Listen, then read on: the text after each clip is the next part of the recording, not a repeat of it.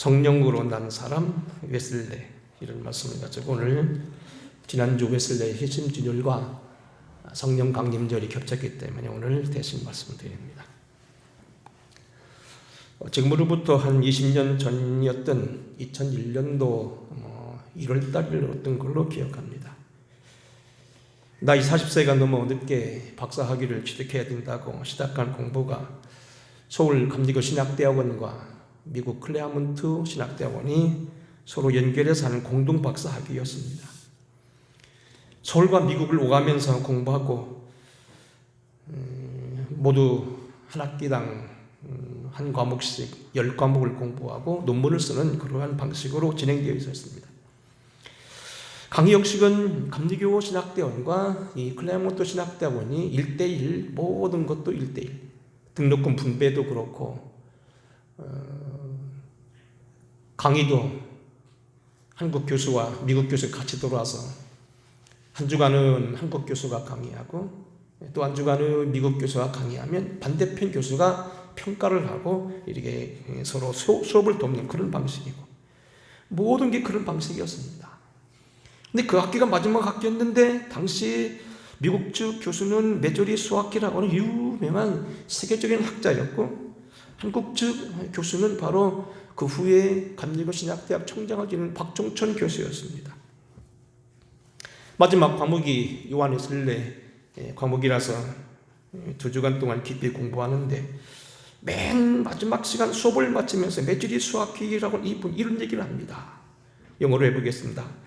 The conclusion of my life is the John Wesley. 그 말을 번역하면 이런 얘기입니다. 내 인생 결론, 내 삶의 모든 귀결은 존 웨슬레이다. 이 메조리 수아키 교수라는 분은 웨슬레 신학뿐만 아니고 조직신학계의 아주 거두여 세계적인 신학자 가운데 하나인 머리와 얼굴이 하얀 그러한 백인 교수인데 미국 동부에서부터 서부까지 미국의 대학 교수 저희는 한 학교에서 오래 있는 것이 아니고 계약제로 이곳저곳을 옮겨 다니는데 그 많은 신학교, 감리교, 장로교, 집례교, 기타 다른 교파를 다녔는데 내 인생 결론은 마지막은 존 웨슬레라는 겁니다. 그 학기 1월달 겨울이 마치고 4월이면 은퇴를 앞둔 그러한 교수였습니다. 평생 지구 둘레 7바퀴에 해당된다는 25만 마일을 말을 타고 전도했으며 4만 번 이상의 설교했다는 것. 4만 번 따져보니까 목회 40년 통 4만 번은 하루에 15번씩 설교하는 겁니다. 대단한 겁니다. 오늘 1703년 6월 13일 어두워져가는 영국 사이에 평범한 한 시골교회의 목사 아들로 태어났던 요한 웨슬레. 1891년 3월 8일 만 89세 우리 나이로 90세에 세상을 떠나시기까지 수없는 영혼을 건졌다고 하는 요한 웨슬레. 교회의 영적 지도자로 감리교회의 창시자로 선교사로 신학뿐 아니라 어학과 의학에 대해서도 상당한 식견을 가진 학자로 야외 설교가로 부흥사로 천재적인 교회 조직가로 사회사업가로 그리고 당시 세계 최대 대학인 옥스퍼드를 우수한 학생 졸업했던 그러한 웨슬레. 그가 오늘 이 분명한 국제적인 세계적인 지도자였으면 분명하다는 얘기입니다. 오늘 우리는 그의 신앙 유산이 도대체 무엇이냐는 얘기입니다. 오늘 노 교수가 은퇴를 앞두고 자기 인생의 결론은 존 웨슬레로 한 이유는 뭐냐는 겁니다. 1993년도 저희가 연희에 계신 목사님들하고 한 10여 분이 성지순례에 떠나서 먼저 영국에 들리고 존 웨슬레 교회를 가게 되었습니다. 마침 여러분 잘 아는 우리 이 결성교회에 계시던 박진영 목사님 갑자기 손을 들고 얘기합니다. 어이 가이사 양반, 가이드 양반, 영국 사람들은 대체 존 웨슬레를 어떻게 알고 있는 겁니까?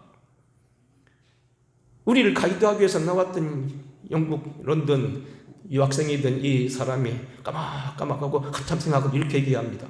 네, 여기 와서 들어보니까 요한 웨슬레는 단순히 목사가 아니라 우리로 말하면 세종대왕이나 이소진 장군이나 강감찬이나 을지무덕 장군 같은 나라를 위험에서 건진 인물로 알고 있습니다.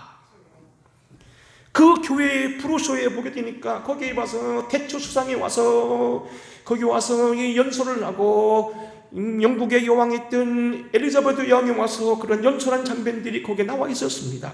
국가적인 인물, 국가를 혁명 전야에서 건져냈던 그런 인물로 알고 있다는 얘기입니다. 오늘 본문 말씀 12서 13장 7절입니다.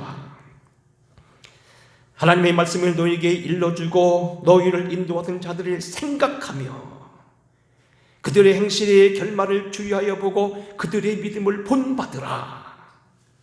여러분, 오늘 너희에게 말씀을 일러주고 믿음을 살던 사람들을 생각하라는 건 뭡니까? 잘 주의해서 보라는 얘기입니다. 그들의 결말이 무엇인가 주의하라 보라, 연구하라는 얘기입니다. 그들의 믿음을 본받으라는 겁니다.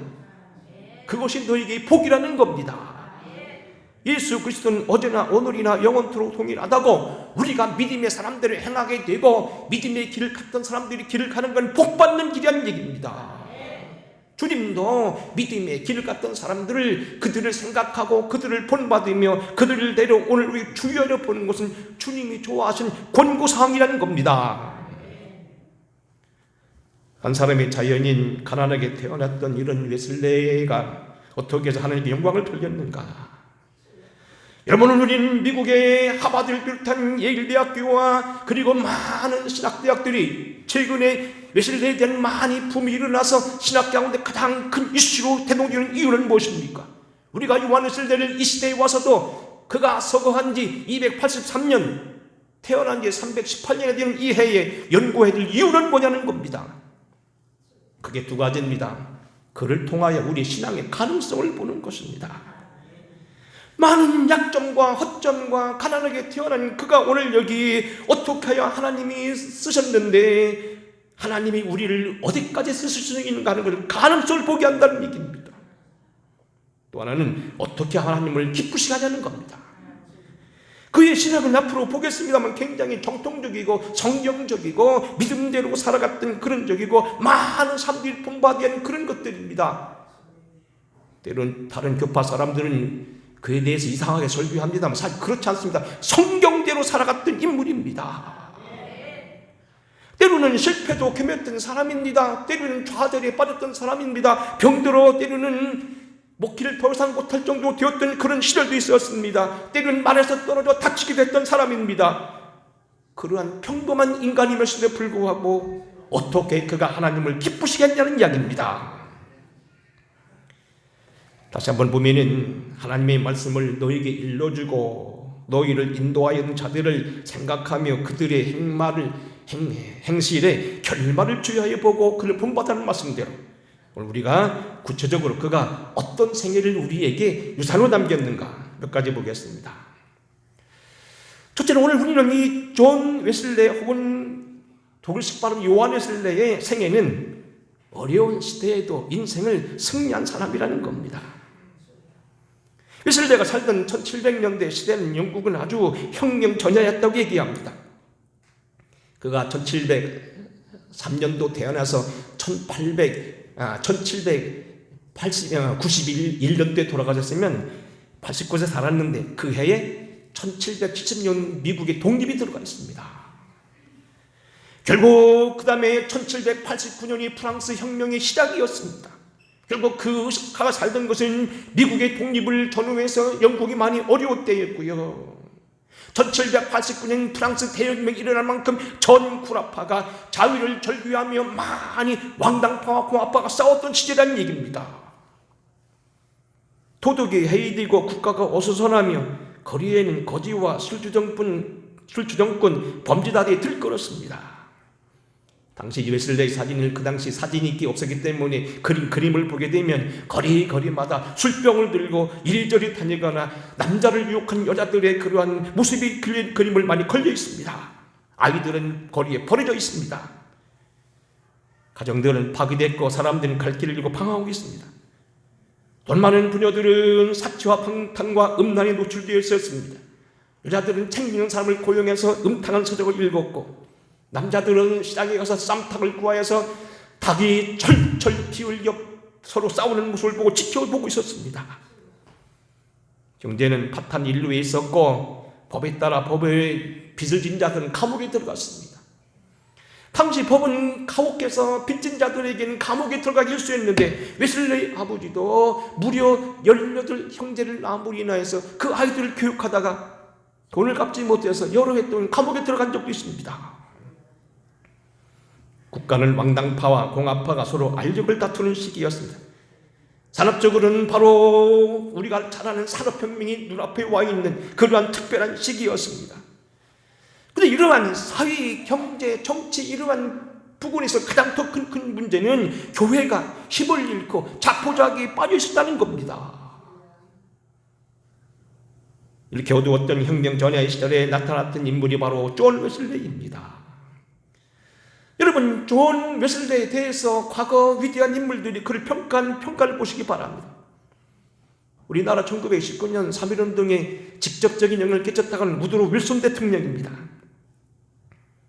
18세기는 해방과 광명을 절규한 시대였는데 하나님은 이 절규에 응하여 웨슬레이를 일으켜 다시 은총과 능력을 나타내셨다.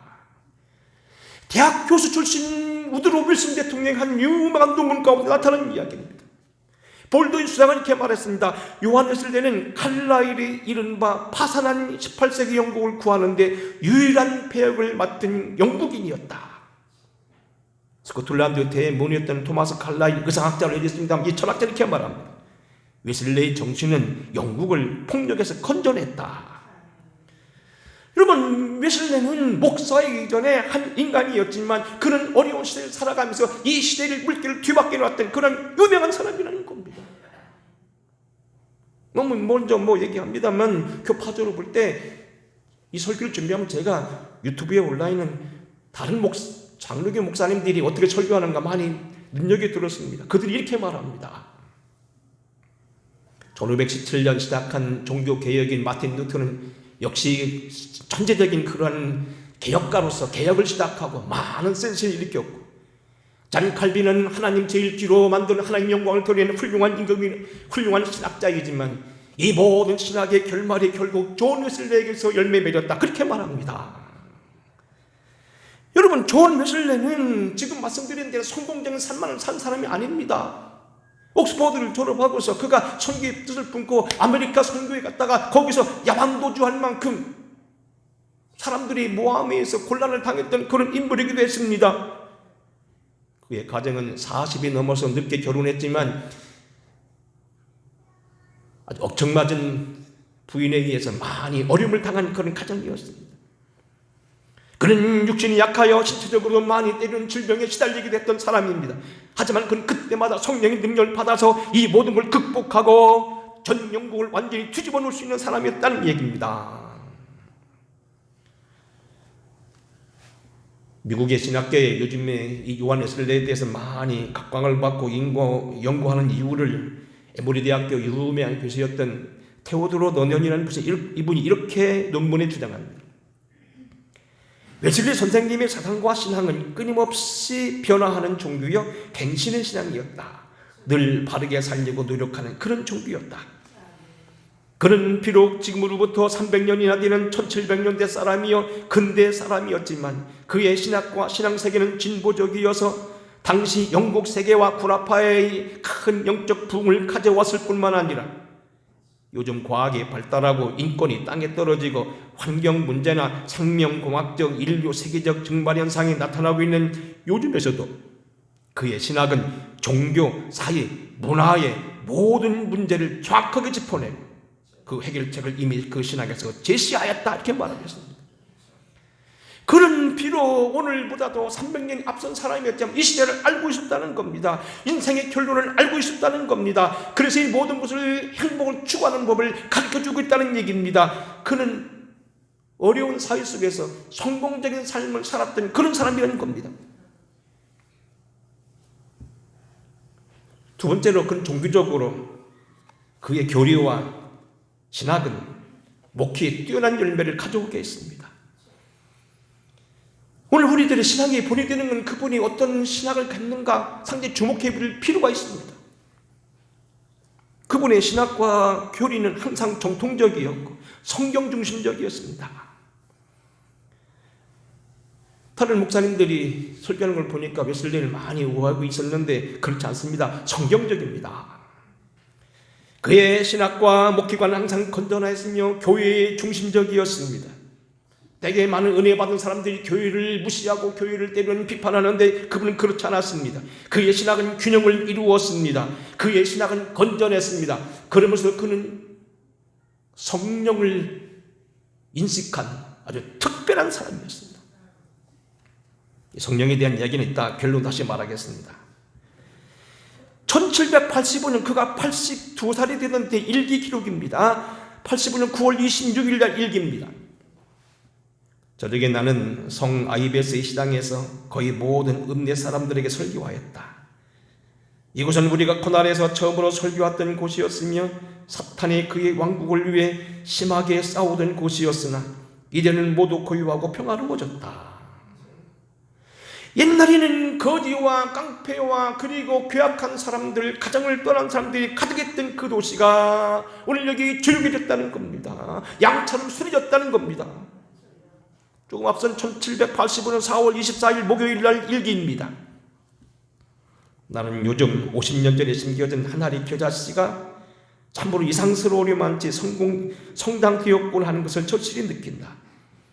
그레이트 프린선, 영국의 가장 큰 섬이죠. 화이트섬, 만섬, 아메리카와 리와드 군도, 전 쿠라파, 카나다, 뉴펀들랜드까지 북쿠라파 전체를 말합니다. 널리 퍼졌다.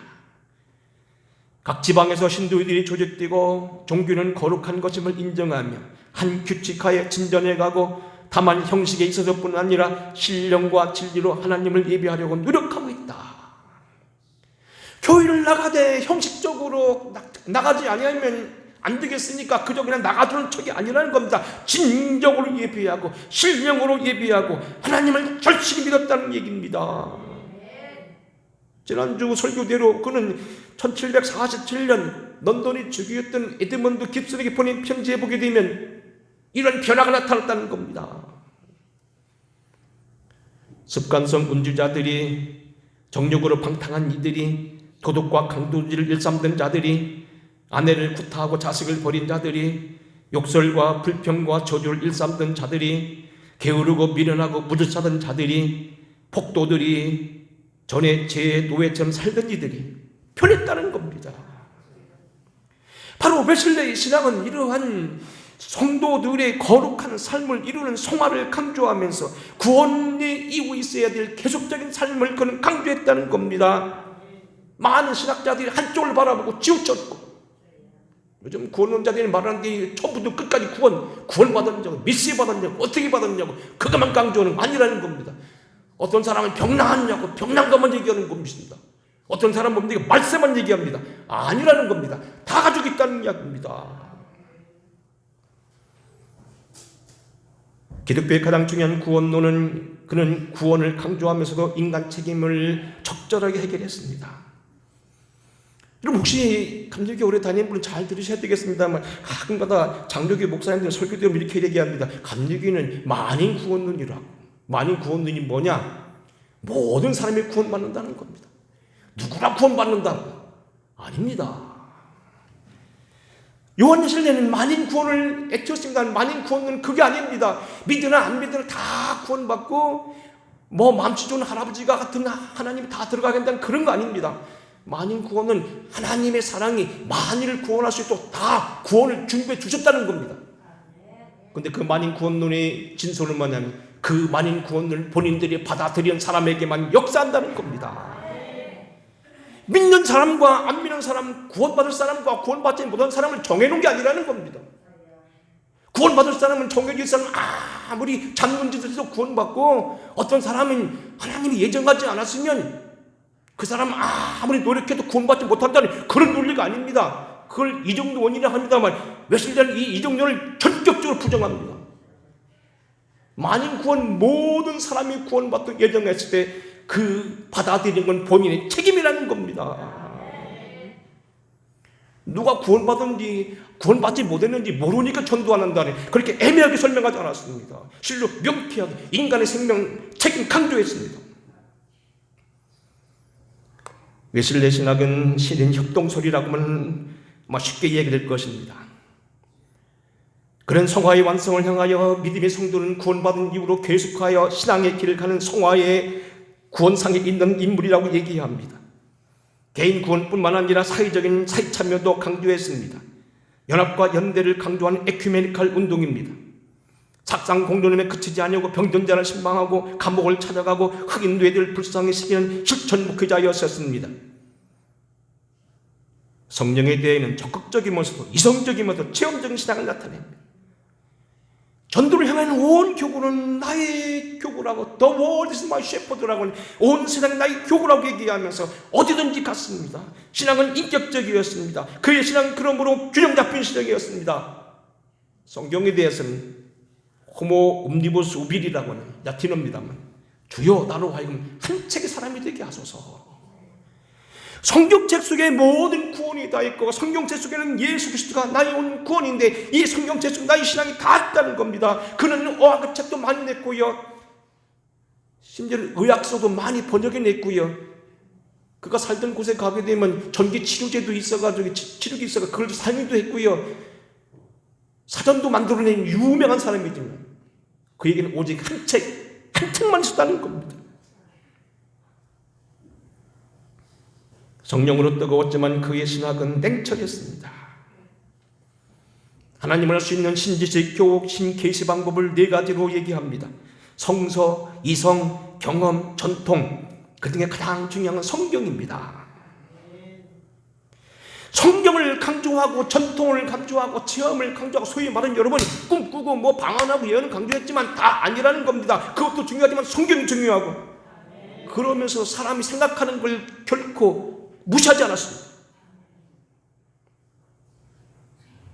성경을 제일로 알고 성경의 모든 것을 해결하는 방법을 알고 성경을 제일로 알고 항상 주님이 뭐라고 생각하는가에 따라서 그런 행동했습니다. 그 일기책에 이렇게 기록했습니다. 이 책은 우리의 사상과 행동의 오직 하나인 준칙이었다. 사실 우린 오늘까지 하나님의 말씀대로 생각하고 말씀대로 말하기를 힘썼다. 아까 말한 그 우리가 격리 교리학 전에도 신학과 신학에 있는 모든 가르침이 우리 신앙의 충분한 표준임을 믿으며 바로 웨슬레 사상을 그대로 말하는 겁니다. 성경을 강조하고 체험을 강조하고 이성을 강조하고 전통을 강조하면서 사람이 생각하는 것 책임을 그는 결코 외면하지 않았다는 겁니다. 힘이 없어도 구원받지 못하는 게 아니고 오만을 떨기 때문에 구원받지 못한다는 겁니다. 겸손하게 주 앞에 엎드려야 된다는 겁니다. 세 번째는 그는 행위로, 생활로 신앙의 본을 보인 사람입니다. 그 일기책에 보면 이런 기록이 나옵니다. 거기는 자기 일이라고 하지 않습니다. 어떤 사람이 가난한 사람을 구제하기 위해서 3년, 4년 동안 감자만 먹었다는 기록이 납니다. 많은 학자들은 그게 바로 웨슬레가 당신이었다고 생각합니다. 여기 웨슬레는요, 목사 월급을 받은 32불 받을 때 28불 썼고, 30파운드 받을 때도 28파운드 썼고, 320파운드를 받을 때 28파운드만 썼습니다. 무슨 얘기는 이런 얘기입니다. 어느 날 요한 웨슬레가 길을 가다가 가난한 사람을 도와줘야 하는 돈이 없었습니다. 끙끙대다가 집에 돌아왔는데 자기 집에 와 보니까 거실에 있는 그 액자가 비싼 거였습니다. 그 뒤부터는 그분이 어떻게 28불만 쓰기로 결심했다는 겁니다. 여러분, 100만 원 받을 때도 80만 원 썼다면, 500만 원 받을 때도 5천만 원 받을 때도 80만 원만 썼다는 겁니다. 나머지는 다 구제하고 헌금했습니다. 특이한 인물입니다. 바로 아까 말한 메저리 수학이라는 교수가 한 얘기도 그런 얘기입니다. 80노구의 런던 시내에 가난한 사람을 위해서 이불을 겉으로 집집마다 다니며 이불을 겉으로 다녔습니다. 믿음으로 실천으로 보였다는 겁니다. 그분은 바다를 잠잠케 할 수 있는 그런 능력을 가진 사람이에요.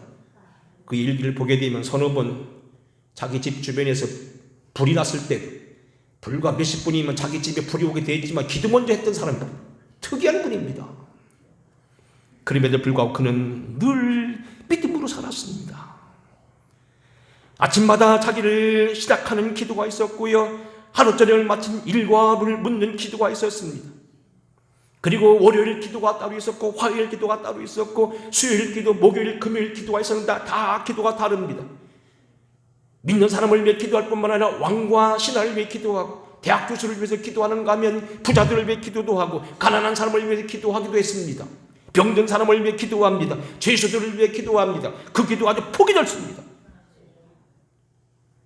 웨슬레는 신앙을 강조한다고 해서 교리적인 것을 강조하는 사람이고, 소위 요즘은 말하면 교회만 배불리는 사람이 아니었습니다. 그의 교회는 항상 가난한 사람을 위해 펼쳐져 있었고, 편물을 배우고 미용을 배우고 재봉을 배우는 사람들이 교회를 개방시켰습니다. 그리고 아까 말한 대로 많은 의학서를 번역해서 자기가 의학책을 만들어냈습니다. 행유산 사람입니다. 겸손한 사람입니다. 그동안 말씀드린다면 그는 미래 교회의 방향을 제시한 그런 학자였다는 이야기입니다. 여러분, 방향 좌표라는 건 바로 이렇습니다. 좌표가 뭡니까? 전쟁이 벌어진 나중에 서로 싸울 때 보면 대포를 쏴서 상대방을 무력화하시는데, 대포는 마구잡이로 쏘는 게 아닙니다. 대포 쏠 때 저쪽이 안 보입니다.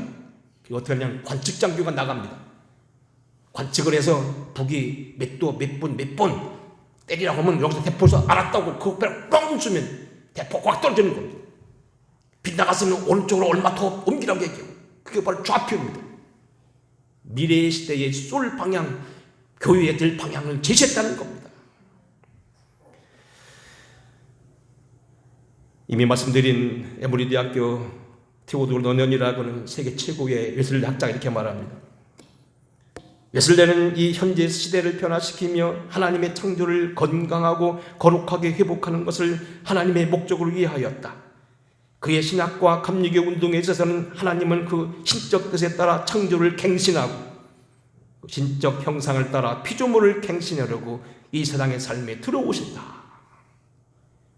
웨슬레의 신학은 인간의 문제를 외면하거나 도피하려고 하지 않았다는 겁니다. 모른 척하지 않았다는 겁니다.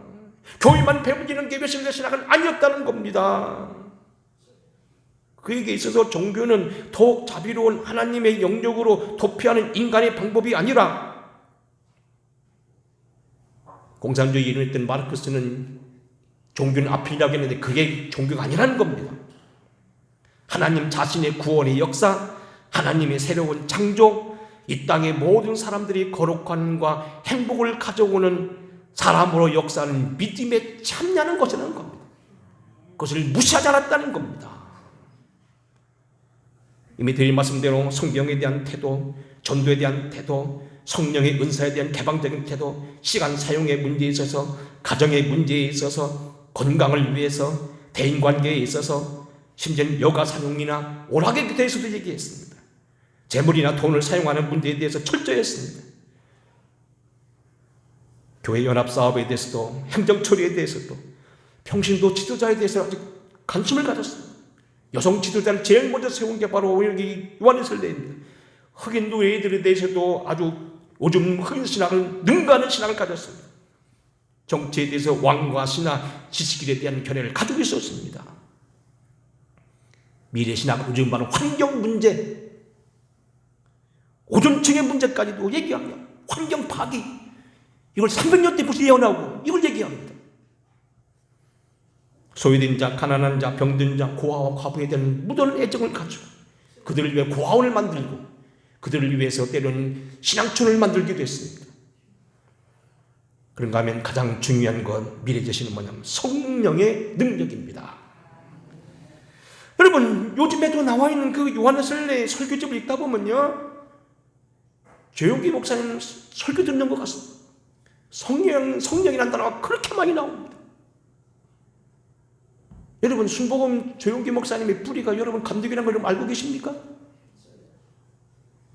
존 웨슬레입니다. 웨슬레의 설교집은 성령으로 가득 차 있습니다. 성령의 역할, 감동, 감화, 확증 모두 다 그의 설교집에 나온 얘기입니다. 그의 설교집이 바로 신학이었습니다. 이미 드린 말씀대로 마틴 루터는 세상을 개혁을 바꾼 또 다른 위인이었고, 존 칼빈은 하나님의 영광을 위해서 일한 또 다른 일꾼이었지만, 이 모든 신학들, 여기에 독일의 경건주의를 비롯한 모든 신학, 당시 유행했던 영국의 경운론까지 다 모두 종합한 것이 많은 강들이 함유된 곳이 존 웨슬리 했다는 겁니다. 정리하겠습니다. 요즘 코로나 이후로 여러분 교회가 어떻게 될 것 같습니까? 우리가 지금 예배당이 워낙 크니까 20% 30% 앉아도 누가 시비할 사람 없습니다만, 지금 큰 교회는 20% 30%밖에 못 모여서 많이 그랬고, 이미 젊은이들이 많이 교회를 떠났습니다. 제 아들도 서울서 교회 다니는데 주일날 교회 안 갑니다. 제가 설교를 보내줍니다. 지금 좋은 일이 아닙니다. 그래도 목사 아들이니까 교회는 앞으로 나가겠지만 다른 젊은이들 어떻게 됐을까요? 교회 학교? 누가 교회 학교 보냅니까 지금? 근데 이 목사님들 좀 난리 났습니다. 지금은 그대로 노인들이 은혜 받은 분들이고 성령 받은 분들이고 교회를 아는 사람들이기 때문에 꼬박꼬박 헌금하고 나오지만, 노인 어른들이 사라지고 20년 30년 지난 다음에 젊은이들이 허리가 끊어지면 누가 교회를 지키냐는 겁니다. 한국교회뿐만 아니라 세계교회 지금 위기 직면입니다. 심각합니다.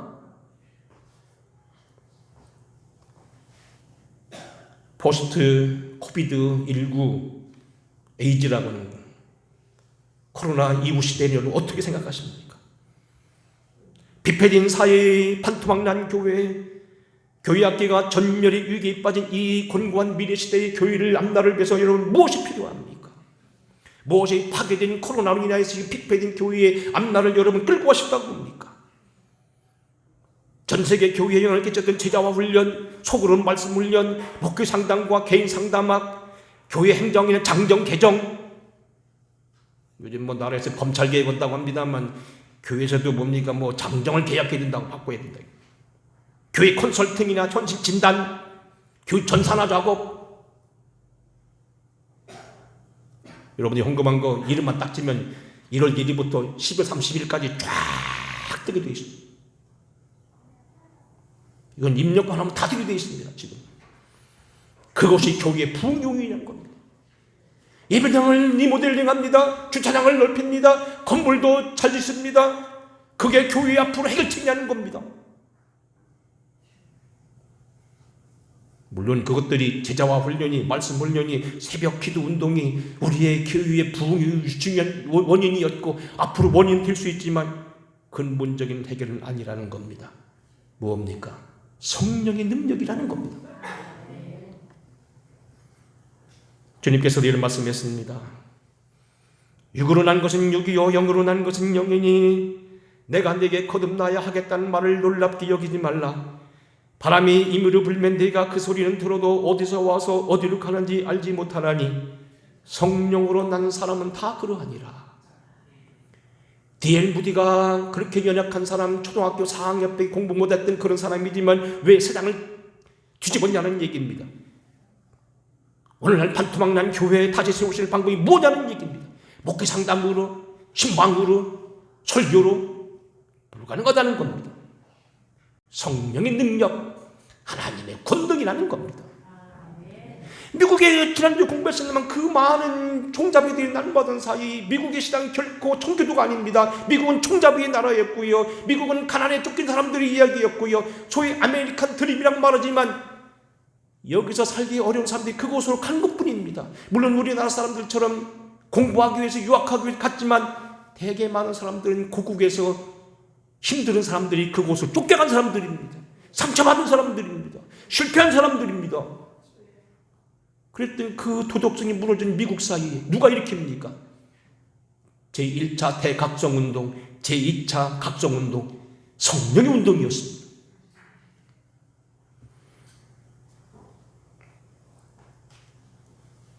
장로교 목사로서 역사 공부를 많이 했던 성남의 박영규 목사님이라는 분이 계십니다. 얼마 전에 세상을 떠났습니다. 지금도 서울역에 가게 되면 많은 사람 전도지를 나누는 것 중에 그 중에 하나는 이분이 천국지옥을 가서 보고 온 것을 요약해서 만든 전도지가 있습니다. 이분은 학교를 2개나 운영하는 분이고 7,000명이 나오는 큰 교회를 가지고 있던 사람이고 문교부 장관에 거론됐던 그런 사람입니다. 그분이 과로에 쓰러져서 천국에 갔다가 주님을 만나고 지옥과 천국을 보고 왔습니다. 그때 그분이 한 유명한 얘기가 있습니다. 천국에 가보니까 역사에 보았던 많은 인물들이 각기 상을 받고 있는데 가장 큰 집 제일 높은 상을 받는 것은 D.L. 무디였고 두 번째가 존 웨슬레였다. 세계적인 신학자였던 메지리 수아키가 왜 그의 인생의 더 컨클루션 오브 마이 라이프, 내 인생의 결론점, 내 인생의 결론, 내 인생의 마지막은 존 웨슬레라고 하는 이유는 뭐냐는 겁니다. 주님은 오늘 여기 말합니다.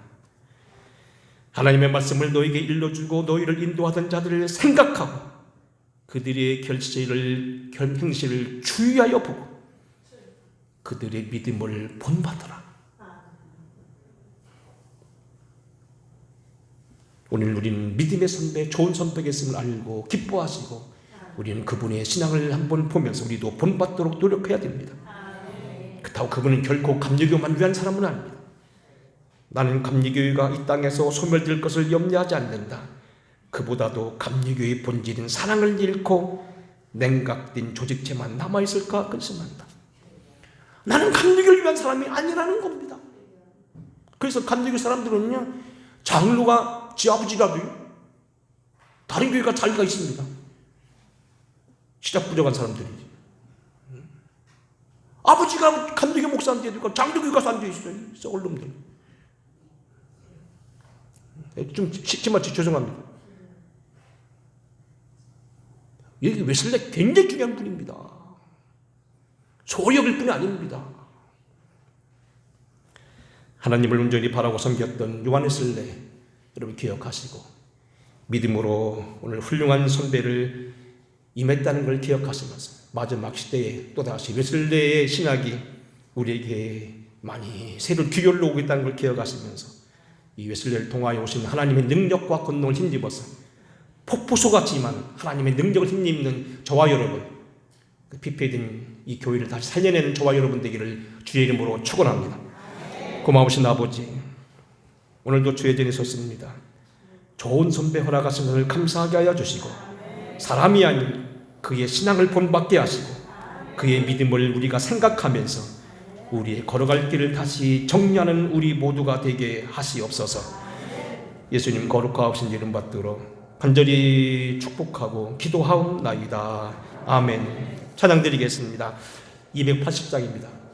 오늘 사실 이게 박성희 권사님 자제분에게 헌금 특송을 부탁드렸더니 준비가 안 됐다고 그래서 280장이 찰스 웨슬레의 허락을 받고 지은 찬송가입니다. 같이 드리겠습니다.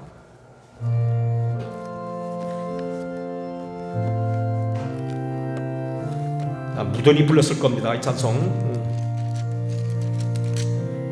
전부여 의리 없어서 전부여 의리 없어서 손 들고옵니다.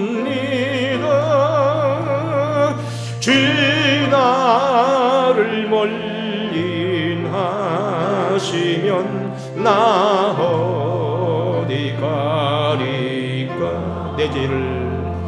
내 죄를 씻기 위하여 피 흘려 주시니 곧 회개하는 마음으로 주 앞에 옵니다.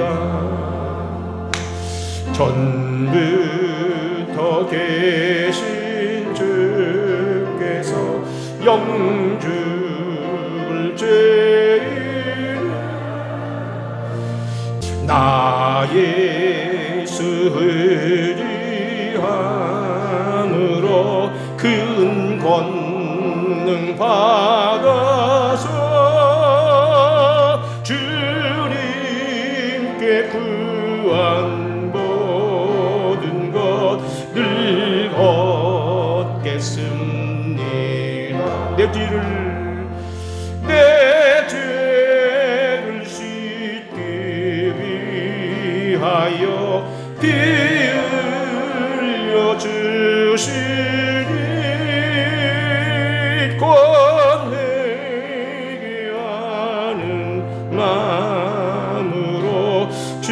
후렴 한 번 더 합니다.